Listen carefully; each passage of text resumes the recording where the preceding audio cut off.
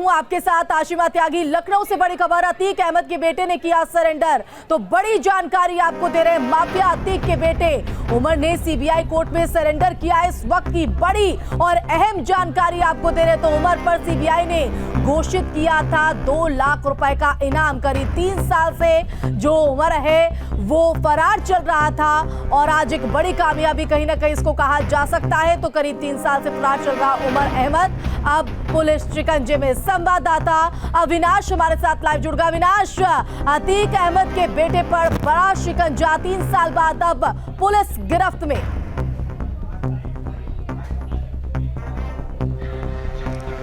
बिल्कुल आशमा, देखिए उमर अहमद अतीक अहमद का बड़ा बेटा है और पिछले 3 सालों से उमर अहमद फरार चल रहा था। और हालांकि देखा जाए तो सीबीआई ने उमर अहमद के ऊपर 2 लाख रुपए का इनाम भी घोषित किया था, लेकिन अभी तक उमर अहमद ना तो पुलिस की गिरफ्त में आया था और ना ही सीबीआई उसे गिरफ्तार कर सकी थी। लेकिन आज अब से थोड़ी ही देर पहले उसने लखनऊ के सीबीआई कोर्ट में सरेंडर कर दिया है। दरअसल देखिए आशमा, ये जो पूरा मामला है, चूंकि 3 साल पहले का यह मामला है, जब उमर अहमद जो कि अतीक अहमद का बड़ा बेटा है, इस पर आरोप है कि उसने लखनऊ के एक कारोबारी को अगवा किया और देवरिया जेल में ले जाकर उस कारोबारी के साथ मारपीट की गई थी। मोहित जायसवाल उस कारोबारी का नाम है और उसी मामले में सीबीआई लगातार उमर अहमद को तलाश रही थी। हालांकि इससे पहले अगर हम जुलाई महीने की बात करें आशिमा, तो चूंकि अतीक अहमद के दोनों बेटे फरार चल रहे थे, जो दूसरा छोटा बेटा है अली अहमद, उसके ऊपर एक कारोबारी से प्रयागराज में रंगदारी मांगने का आरोप था। हालांकि उसने भी 1 महीना पहले ही उसने सरेंडर किया कोर्ट में और अब उमर अहमद जो कि पिछले 3 सालों से फरार चल रहा था, सीबीआई उसे लगातार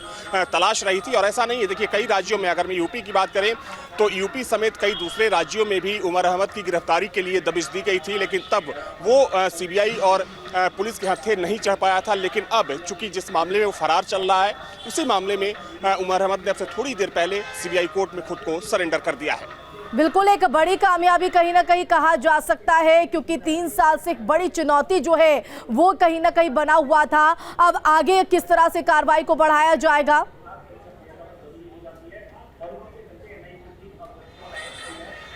देखिए आशमा, अगर हम अतीक अहमद की बात करें या फिर अतीक अहमद के पूरे कुनबे की बात करें, तो लगातार हम योगी सरकार अतीक अहमद के काले साम्राज्य पर चोट करने का काम कर रही है। तमाम जो संपत्तियां थी अतीक अहमद की, उनको जब्त किया गया। हालांकि देखा जाए तो अतीक अहमद के दोनों ही बेटों का नाम कुछ ऐसी आपराधिक गतिविधियों में सामने आया था, जिसके बाद अतीक अहमद के दोनों बेटे भी वांटेड हो गए थे। हालांकि अब चूंकि जो छोटा बेटा अली अहमद था, उसने जुलाई में सरेंडर किया था और अब उमर अहमद जो कि कारोबारी के अगवा और उसके साथ मारपीट के मामले में वांछित था, फरार था, उसने भी अब कोर्ट में सरेंडर कर दिया है। हालांकि चूंकि इस पूरे मामले की सुनवाई चलेगी और देखिए चूंकि सीबीआई ने पहले से ही उमर अहमद के ऊपर 2 लाख रुपए का इनाम घोषित किया था, तो जाहिर सी बात है कि आने वाले दिनों में अतीक अहमद और अतीक अहमद के जो दोनों बेटे हैं, पूरे परिवार और जो पूरा कुनबा है अतीक अहमद का, इनकी मुश्किलें और ज्यादा बढ़ने वाली हैं।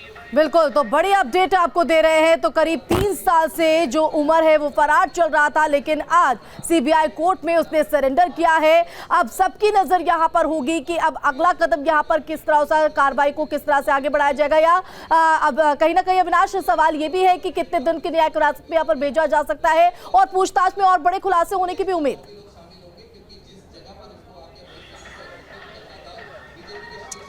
देखिए जाहिर सी बात है कि चूंकि कोर्ट में सरेंडर करने के बाद उमर को जेल भेजा जाएगा। हालांकि हो सकता है कि सीबीआई की तरफ से रिमांड पर लेने की कोशिश की जाए, क्योंकि सीबीआई इस बात का पता लगाना चाहेगी कि पिछले 3 सालों से आखिर उमर अहमद कहां फरार था, किस तरीके से वो छुपा रहा, किन किन लोगों ने उसकी फरारी में उसकी मदद की, किन लोगों ने उसकी सहायता की। तो इन तमाम सवालों के जवाब सीबीआई को चाहिए और जाहिर सी बात है कि हो सकता है कि सीबीआई की तरफ से उमर अहमद के रिमांड के लिए कोर्ट में एप्लीकेशन दी जाए। हालांकि अभी की सबसे बड़ी खबर यह है कि जिस मामले में वांछित था और चूंकि काफी कोशिशों के बाद भी सीबीआई उसे गिरफ्तार नहीं कर पाई थी 3 सालों से, लेकिन अब उसने कोर्ट में सरेंडर कर दिया है। जाहिर सी बात है कि जो आगे की पूरी कार्रवाई होगी वो सीबीआई अपने हिसाब से करेगी और तमाम सवालों के जवाब भी जानना चाहेगी। बिल्कुल अविनाश, तो अब बने रहिए हमारे साथ। तो अमित, बता दें कि अतीक अहमद पर लगातार शिकंजा कसता हुआ और अब उमर अहमद को भी सरेंडर यहां पर सीबीआई कोर्ट में किया है। और इस बीच एक और बड़ी खबर आपको बता दें, माफिया अतीक अहमद पर शिकंजा लगातार बढ़ता हुआ। अतीक अहमद की 3 संपत्तियों को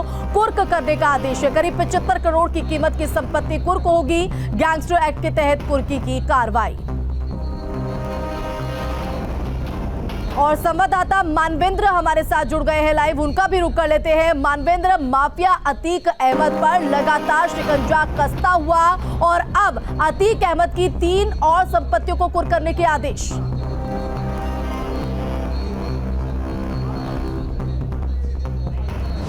जी बिल्कुल, लगातार अतीक अहमद के खिलाफ कार्रवाई जारी है। करीब 1600 करोड़ की संपत्ति की कुर्की और ध्वस्तीकरण पहले ही उत्तर प्रदेश की सरकार कर चुकी है, लेकिन जिस तरह से नई संपत्ति है ये पता चली है, क्योंकि तमाम जो माफिया होते हैं वो संपत्ति बेनामी संपत्ति रखते हैं, अपने रिश्तेदारों के नाम पर रखते हैं।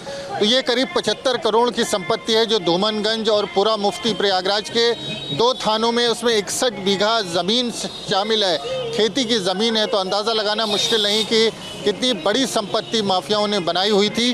कई बार ये लोग जो संपत्ति इनकी दिखाई देती है उसके अलावा जो बेनामी संपत्ति है वो भी रखते हैं बड़ी संख्या में, और अतीक अहमद के पास भी भारी संख्या में बेनामी संपत्तियां हैं। और उसी में से ये संपत्ति है जिसमें से कुछ अतीक अहमद के नाम पर है, कुछ अतीक अहमद के रिश्तेदारों के नाम पर है। तो पुलिस की जो खुफिया शाखा है वो लगातार तलाश कर रही है कि अतीक अहमद के नाम पर कोई संपत्ति ली गई है या अतीक अहमद की कोई बेनामी संपत्ति है तो उसको सूचित किया जाए। और उसके बाद उसका पता लगने के बाद डीएम के पास भेजा था पुलिस प्रशासन ने, और डीएम ने अब संस्तुति कर दी है। तो कुर्की होगी। 75 करोड़ की ये संपत्ति है, तो 75 करोड़ की चोट अतीक अहमद को लगेगी। दूसरी तरफ अतीक अहमद के बेटे जो उमर अहमद है उसने लखनऊ की सीबीआई कोर्ट में सरेंडर कर दिया है। 2.5 लाख रुपए का इनाम था। कुछ दिन पहले अतीक अहमद के दूसरे बेटे अली अहमद ने प्रयागराज में सरेंडर किया था और उस पर 50,000 रुपये का इनाम था।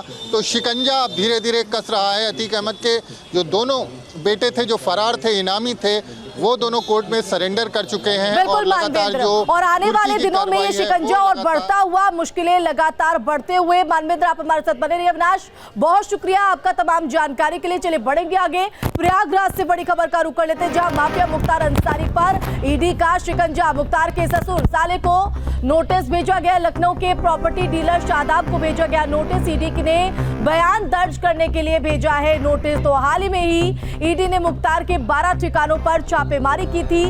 करोड़ों के लेन देन का पता चला और जल्द ही ईडी के प्रयागराज दफ्तर में जो कार्रवाई है, पूछताछ है, वो आगे बढ़ाई जा सकती है। तो संवाददाता मानवेंद्र भी लगातार हमारे साथ जुड़े हुए हैं। मानवेंद्र, लगातार माफियाओं पर शिकंजा कसा जा रहा है और अब इसी कड़ी में मुख्तार अंसारी की भी मुश्किलें बढ़ती हुई। ईडी का शिकंजा मुख्तार के ससुराल, उसके परिवार वालों पर नोटिस भेजा गया।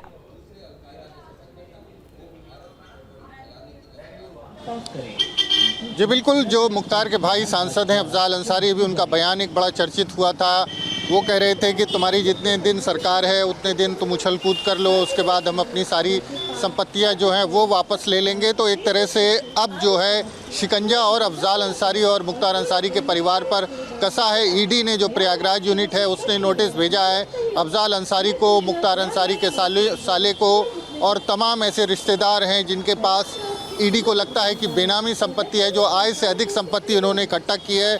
और कहीं ना कहीं ये माना जा रहा है कि अपराध से अर्जित की हुई संपत्ति है और उसी के चलते ये नोटिस भेजा है। तो जल्द ही ईडी कार्यालय आना होगा अफजाल अंसारी को, मुख्तार अंसारी के सालों को और कई रिश्तेदारों को। तो जिस तरह से लखनऊ से लेकर के गाजीपुर और मऊ में तमाम जो रिश्तेदार हैं या उसके मुख्तार अंसारी के हित मित्र हैं जिनके पास मुख्तार अंसारी की बेनामी संपत्ति हो सकती है, तो ऐसे सभी लोगों को ईडी ने नोटिस इशू किया है। और पहले भी ईडी मुख्तार अंसारी के भाई को, अब्बास को, अफजाल अंसारी को और अब्बास अंसारी मऊ सदर का जो विधायक है उसको पहले भी बुला चुकी है प्रयागराज। अब ये दूसरे राउंड की पूछताछ शुरू होने जा रही है जिसमें अफजाल अंसारी और तमाम मुख्तार के करीबी शामिल है। बिल्कुल मानवेंद्र, बहुत शुक्रिया तमाम जानकारी के लिए। तो ईडी की तरफ से अब ये नोटिस यहाँ पर उसके रिश्तेदारों को भेजा गया है। दूसरे चरण की जो शुरुआत है पूछताछ को लेकर की जाएगी और पूछताछ में और अन्य खुलासे होने की उम्मीद।